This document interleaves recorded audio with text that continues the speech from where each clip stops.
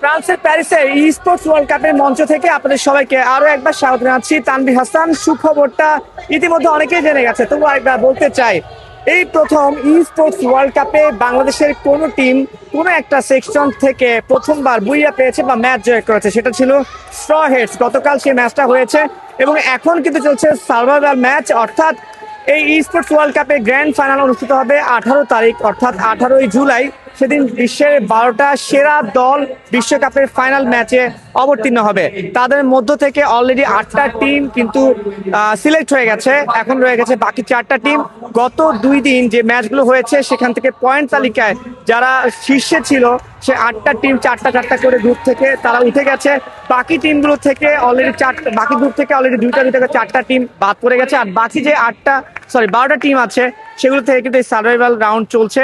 এবং একটু আমি দেখাতে চাই যে দর্শকদেরকে, যে দেখুন পেছনেই খেলা চলছে এবং বাংলাদেশের যে স্ট্র হেডস এবং টাইটান্স ই স্পোর্টস তারা খেলছে। ম্যাচের যে অবস্থা আজকে একটু বলে রাখি, যে নিয়মটা হচ্ছে যে আজকে 10টা ম্যাচ অনুষ্ঠিত হবে।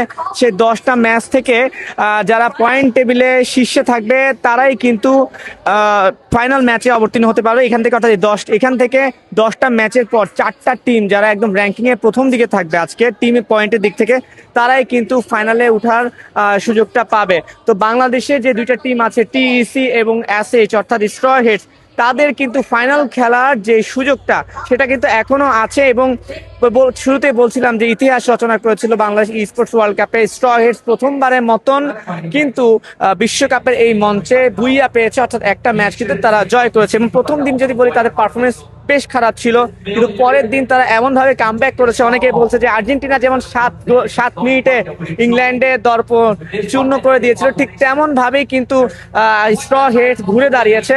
তো বাংলাদেশের যে 2টা টিম আছে টিইসি এবং এসএইচ, তারা কিন্তু লড়াই করছে। এখান থেকে 4টা দল 18 তারিখে ফাইনালে খেলার যোগ্যতা অর্জন করবে।